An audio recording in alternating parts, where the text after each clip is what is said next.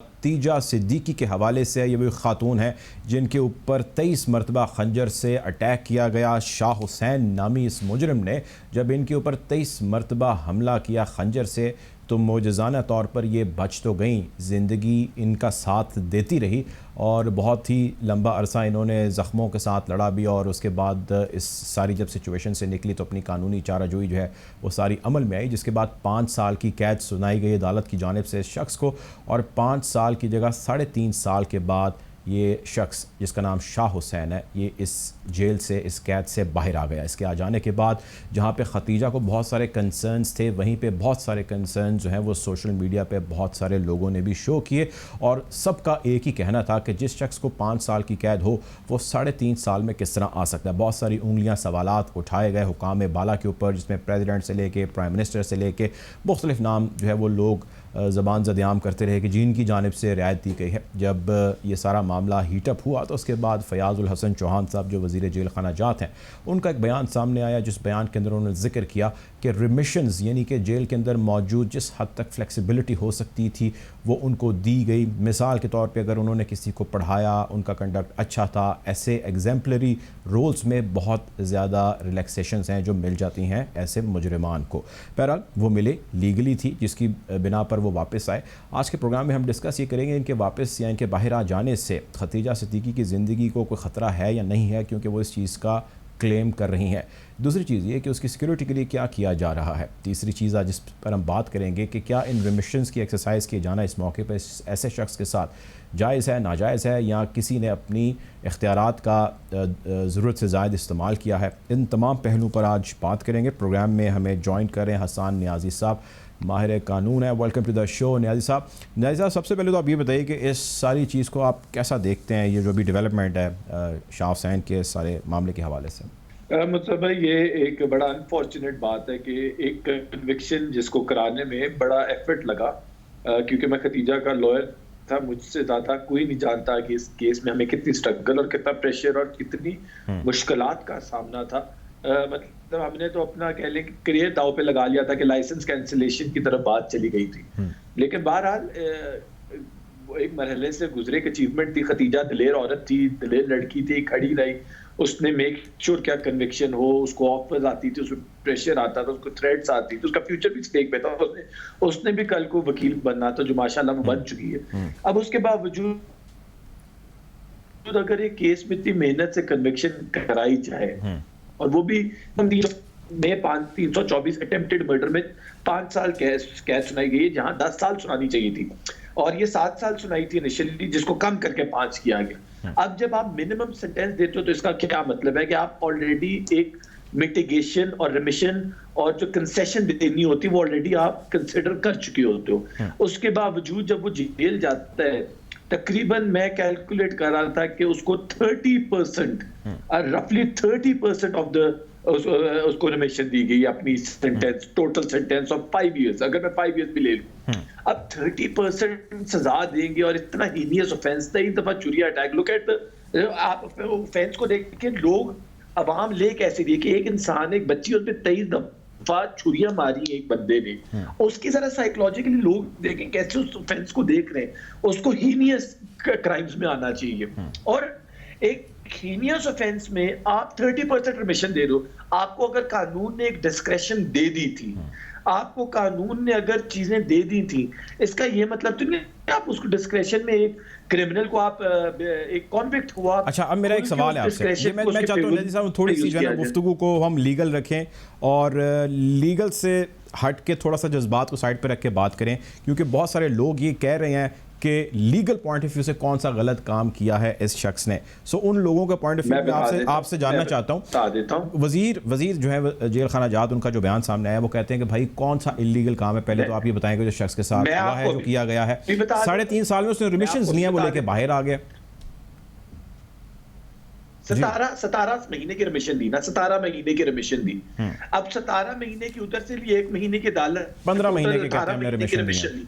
18 जी sorry 15 month की remission कह रहे हैं फयाज चौहान साहब, कहते हैं 15 माह की रिमिशन है, नॉट 17। नो 17 ओके, चलें। उसका जो नोटिफिकेशन है प्रेजेंस का, उसका 17 मंथ है और 18वां महीना उधर से 3 3 साल 4 महीने की जेल होगी।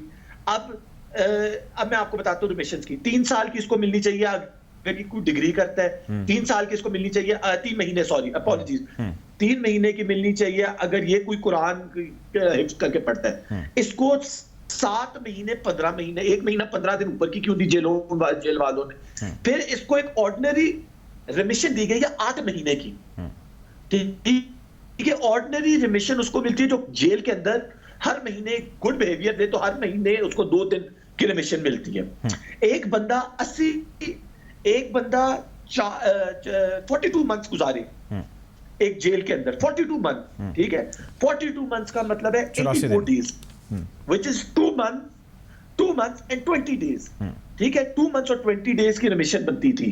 फिर आपने गुड बिहेवियर पे, फिर आपने एक अलग गुड बिहेवियर पे रूल 211B के तहत दी 1 महीने की, आपने 9 महीने की गुड बिहेवियर रिमिशन दी।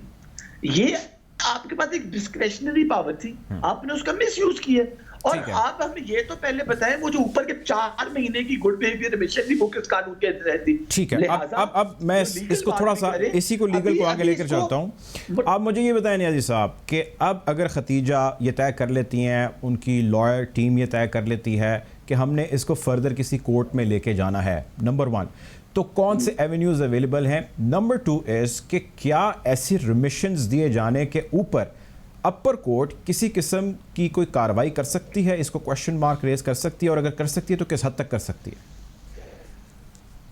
पहले तो हम इसको आईजी प्रिजन्स को भेजेंगे रिव्यू के लिए इसी को, और उसके बाद हमें उनसे कोई तवक्को नहीं, क्योंकि आपको पता है फयाजुल हसन चौहान साहब बैठे और आईजी प्रिजन उनकी मर्जी के बगैर रिव्यू निकला भी नहीं है। और जिस तरह का उन्होंने ट्वीट किया है कि खतीजा को हर्ट किया उन्होंने, एक खातून ऑलरेडी हर्ट है, हर्ट क्या है, वो डेंजर में है, आपने उसका कॉन्विक्ट जल्दी निकाल दिया, उसको पता नहीं है कि वो कॉन्विक्ट बाहर आ गया। वो तो कोई गरीब का बच्चा जेल में से उसको बता दिया, कहीं मैसेज पहुंचाया कि आपका कॉन्विक्ट आउट है। आप बताओ तो सही, एक विक्टिम आप पनिशमेंट किसके लिए देते हो? विक्टिम के लिए देते हो। ठीक, अगर विक्टिम को नहीं बताना तो किसको करना था? अब हमारे पास 2 है, अगर और जो हमें तवक्को नहीं, फिर हम इंशाल्लाह हाई कोर्ट रेट में जाएंगे और ओवरऑल इस कानून को भी हम उस रेट में चैलेंज करेंगे, क्योंकि हम समझते हैं ये कानून क्रिमिनल को, इस टाइम जो रिमिशन का कानून बनाया गया इसको प्रोटेक्ट करता है। आप अपनी जेलें बेहतर करें, वो हम जरूर कहते हैं, लेकिन आप ऐसे एक बंदे को पहले मिनिमम सजा हुई 5 साल की, फिर 30% ऑफ सजा डिस्काउंट में वो आपने वैसे ही उसको रिमिट कर दिया। तो लिहाजा कानून इटसेल्फ, ये देखें, अब मुझे ये बताइए अपर कोर्ट क्या लोअर कोर्ट की इन दी गई इस रिमिशंस को, इस जो प्रिजन है उसकी जानिब से दी गई इन रिमिशंस के ऊपर कोई कार्रवाई कर सकती है या नहीं कर सकती? बिल्कुल कर सकती है। अगर आईजी प्रिजन ने अपने डिस्क्रेशन का गैर कानूनी तौर पे इख्तियारात का इस्तेमाल कर फंडामेंटल जो राइट्स होते हैं खतीजा के उनको वायलेट किए, तो जाहिर है कर सकती है। खतीजा राइट टू लाइफ जो होती है, जो सिक्योरिटी स्टेट ने प्रोवाइड करनी है under threat, that means there is a breach of constitution of Pakistan and that is under the same ground we will be going to the ये। और ये लोअर कोर्ट से बजाय आईजी के, ये प्रिजन का जो सुपरिटेंडेंट जेल होता है ना, इसके बाद बहुत स्ट्रॉन्ग इख्तियारात होते हैं। ये इसी बंदे को 5 साल के बजाय 6 साल भी करवा सकता है सजा, इसके बाद ये इख्तियारात भी है, लेकिन इसने उस सजा को 1 साल और 8 महीने कम कराए, 20 महीने 18 महीने, सॉरी 1.5 साल की सजा कम करा दी है। अच्छा, अब मेरा सवाल इससे हटके है, इससे हटके मेरा एक नाज़िर साहब और सवाल है। ये आप और मैं बैठे बात कर रहे हैं एक ऐसे केस के बारे में जिसके ऊपर सोशल मीडिया पे बहुत ज़्यादा शोर होगा हुआ, उसके बाद हमने देखा कि बड़ा इसकी नाकाबंदी की गई और मुलजिम को हमने कैफरे किरदार तक पहुंचाया और आज उसकी अर्ली रिलीज के ऊपर हम बहस कर रहे हैं। मेरा सवाल ये है कि ऐसे कितने ही कैदी होंगे, कितने ही बासर लोग होंगे जो ऐसी रिमिशंस या ऐसे लूप होल्स या ऐसी क्या कहना चाहिए कानूनी पहलुओं को सामने रखते हुए, एक्सरसाइज करते हुए रिलीज होते चले जाते हैं। उन लोगों का जिक्र ना हम कर पाते हैं मीडिया के ऊपर, ना सोशल मीडिया पे वो आ पाते हैं। What is going on? हमारा क्यों कानून के अंदर इतने सिकम है कि हम एक तो रिपोर्ट नहीं कर पाते, और अगर रिपोर्ट हो जाते हैं तो उस किस्म के जो है वो दाव पेच लगा के जो है वो लोग भागते हैं और निकल जाते हैं। मुर्तज़ा भाई, ब्यूटीफुल क्वेश्चन। इनफैक्ट उल्टा हो रहा है, क्योंकि गरीब इनको रिश्वत नहीं दे सकता, उल्टा लोग जेलों में पड़े हैं एक्स्ट्रा ईयर्स, क्योंकि वो अर्श और दामन भी नहीं पे कर पाते, वो 50,000 30,000 रुपए दे नहीं पाते, उल्टा ज्यादा टाइम करता है। ये रिमिशन आज रिवील ये हुआ है कि रिमिशन भी सिर्फ अमीरों को और रिश्वतखोरों के लिए बंद है। ये रिमिशन ऐसे नहीं दिया जा सकता था, ये गुड बिहेवियर ऐसे नहीं देखा जाता। गुड बिहेवियर के लिए देखना है कि अब उसका अब्बू बयान दे रहा, मेरा उसके अब्बू का कल का बयान है कि मेरा बच्चा इनोसेंट है, उसको साजिश के तहत कन्विक्ट कराया गया। दैट मींस उनमें कोई नदामत है ही नहीं, देयर इज नो रिमोर्स। और जब रिमोर्स ना हो तो इसका मतलब है खतीजा की लाइफ इज अंडर थ्रेट। और ये आपने इस पे हम वर्किंग भी कर रहे हैं। और recently Khatija herself did a case, जिस केस में उसने रिमिशन की रिक्वेस्ट डाली और सुपरिटेंडेंट जेल ने डिक्लाइन कर दी, क्योंकि जाहिर है वो गरीब रिश्वत तो नहीं दे सकता था। तो ये रिमिशन तो अमीरों की वो प्रिविलेज बन गई। ठीक है जी।